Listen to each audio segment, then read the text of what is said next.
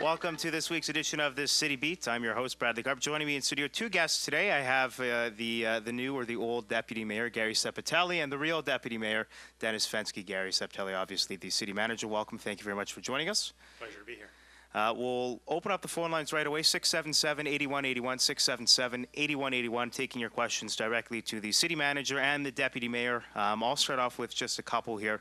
In regards to the new speeding bylaw in school zones, is that taking effect for this school year, and what types of fines and demerit points are we going to see from the RCMP? Do you have that information? We have some of the information in that the bylaw is basically before council right now, and timing-wise, it will not be in place for the first day of school. We hope by the end of September that it will be in place. We're looking at reducing the speed zones from 50 kilometers down to 30 kilometers. In regards to the fine and fee schedule, that would be in discussion with the City of Thompson and the RCMP, and that's ongoing at this point. And I think the one thing that I'd like to add, obviously the intent of bringing it to council for first reading was to get it on the agenda of council. The intent is to have something for public input and do much the same as we did for the Sunday shopping on our website. 677-8181, 677-8181, taking your questions directly to the Deputy Mayor of the City of Thompson and the City Manager as well, both of them here in studio, 677-8181. There is also a bylaw regarding the school space or the vacant space in the old Staples building for DSFM. In your conversations with the school board, when did they look at occupying that? I know their contract with the school district of Mystery Lake runs up on June 30th of 2014. Will they look to occupy that before that date or starting after their contract ends? My understanding is that after the contract ends. So right now is the management or administration from the Francophone School Division have looked at a number of other options within the city, and at this point have looked at renovating the existing Staples building that sits vacant now. There's a number of requirements that we require from the city, one being sort of the zoning bylaw amendment. So first reading being given on last Monday night on the 13th of August. We'll start that process. I mean, obviously that there's a requirement that we have to hold a public hearing and to get feedback from the public as to whether that there's in favor or in opposition to that. So what Thompsonites could see is them begin work on the repairs and the renovations of that building in time for them to occupy the space post June 30th, 2014. That is correct. Okay, 677-8181, 677-8181, taking your questions directly to the City Manager and Deputy Mayor Dennis Fenske. In regards to the Sunday shopping bylaw, it was struck down on Monday, a 3-3 tie and automatic defeat. Is there any chance of it being brought back with an amendment later on this year or next? As far as the process, you're correct. The vote was 3-3, so any tie in a vote on resolution or bylaw is defeated. The opportunity through the Municipal Act is any councillor can bring back a defeated resolution or bylaw within a year for reconsideration. We'll wait to see if that happens, but at this point, Sunday shopping, the extended hours, has been defeated. 677-8181, 677-8181, taking your questions directly to the City Manager and Deputy Mayor for the City of Thompson. There was a letter sent to the city regarding a new best practices in governance and administration, a new municipal act, amending Bill 23, Mr. Ceppetelli. Just explain what this will do. There's something similar in place already for civic employees, and this would be sort of the same thing for city councillors as well. Correct. I mean, obviously is that the province has regulated that every municipality has to have a number of bylaws in place that guide the conduct of both council and administration. We at the city obviously have certain policies and practices in place.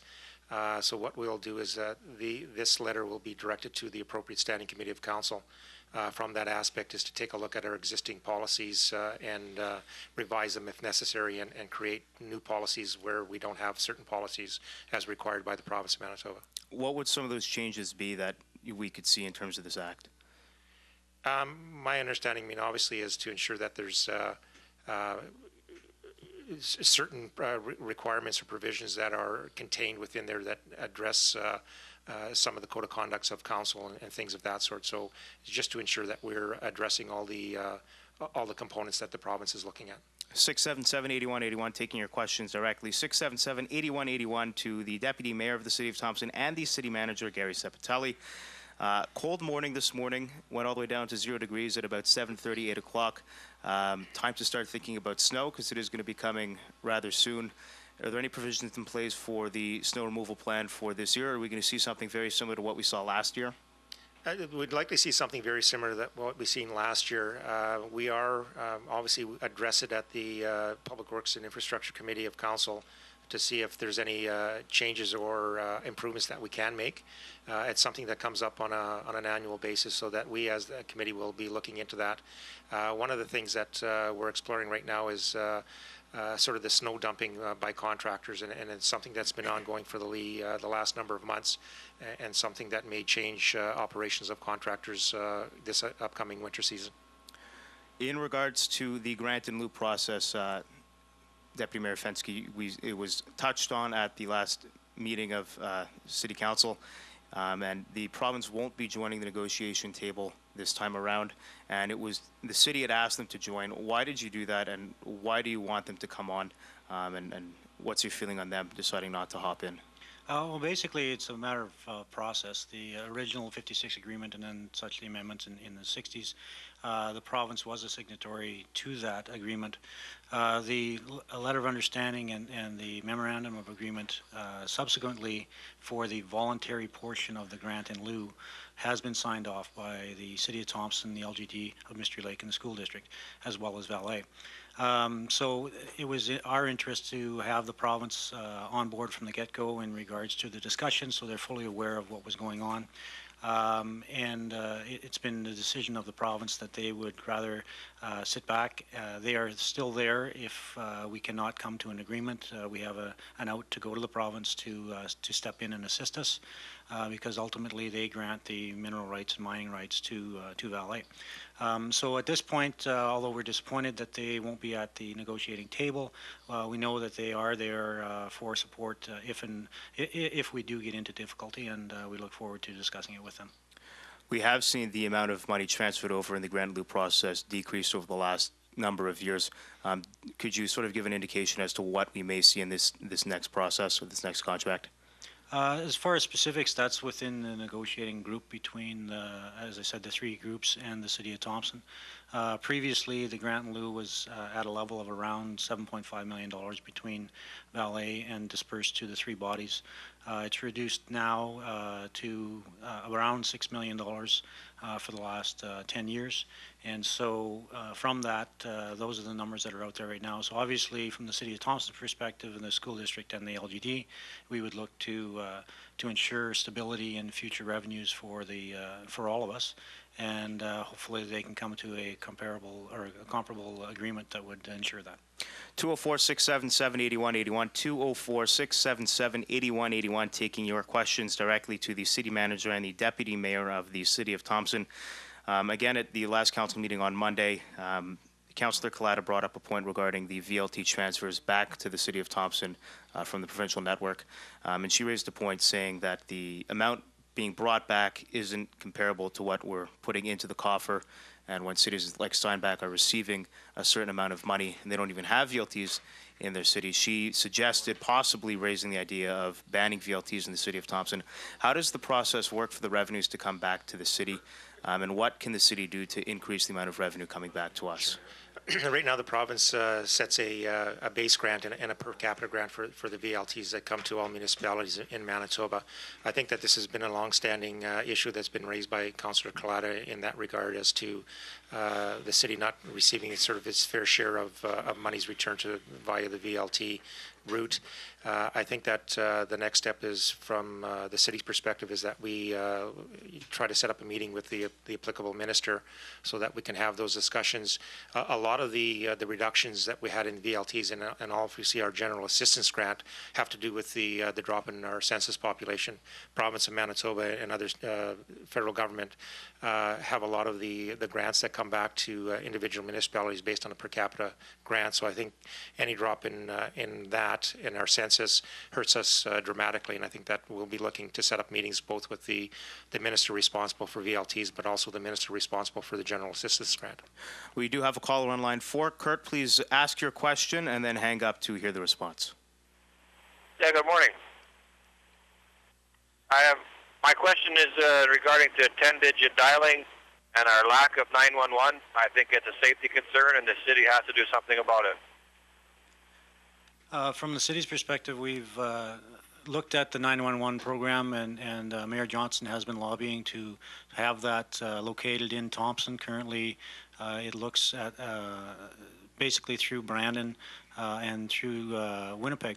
So as far as the 911 system, we are continuing to look at that. There are some regional issues in regards to responses and that have been identified by the general public and also by city administration and city council, concerns with phone calls being directed from City of Thompson to RCMP in Brandon and in Winnipeg. So we are trying to address the 911 system. In regards to the 10-digit, that's basically the movement of MTS. I think province-wide, it's just something you have to adapt to, as other provinces have. I note the concern in regards to the additional numbers, but it is a fact that it's a process that MTS is putting forth, and we're going to have to adjust to. 677-8181, 677-8181, taking your questions directly to City Manager Gary Ceppetelli and Deputy Mayor Dennis Fenske, and we do have a caller on the line. Dan, please ask your question and then hang up to hear the response. Thank you. And Dan decided to hang up. 677-8181. So Dan, if you can hear this, give us a call back and we'll let you ask your question. Excuse me, 677-8181, or as I should say, 204-677-8181.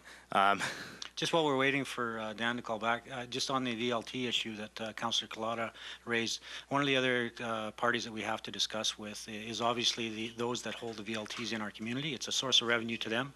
So we would have to have discussions with them in regards to any discussion in regards to banning VLTs in Thompson. So definitely a discussion with the business owners as well. Okay, so we have Dan on line 4 now. So Dan, please ask your question and then hang up to hear the response. Thank you very much for calling again. Go ahead. Hi, Mr. Fenske. Wouldn't you be in conflict of interest being on valet staff to be negotiating with valet? Yes, I am. I have declared a conflict of interest as a valet employee, so I'm not part of the negotiating team. The question asked of me was a general question that any councillor could comment on, but as far as the actual negotiations, there is a team identified with the city admin, city councillors, school district, Mr. Lake, and LGD, of which I'm not part of. So I have declared a conflict of interest, and I'm not part of any of the negotiations. We'll take this time to wrap up with closing comments. I'll give both of you just a minute and a half maybe to sort of talk about whatever may be on your mind. Gary, if there's anything that Thompson should be aware of in terms of work being done in the city. Well, I mean, actually, I'd just like to sort of indicate that over the last couple of days, we had judges in for the Communities in Bloom program.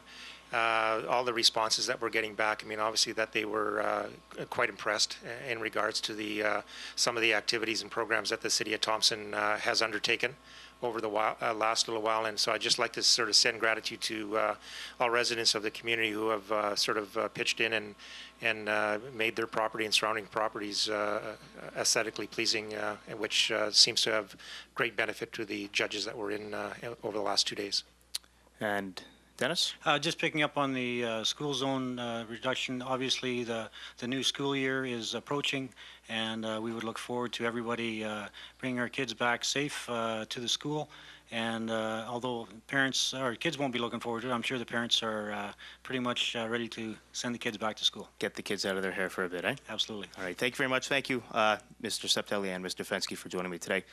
Appreciate it, and thank you very much to our callers, and thank you for listening. This will wrap things up for this week's edition of City Beat. Join us again next Thursday to discuss everything happening here in the city of Thompson at 11:30 to quarter to noon right here on 610 CHTM. City Beat will be back next Thursday morning at 11.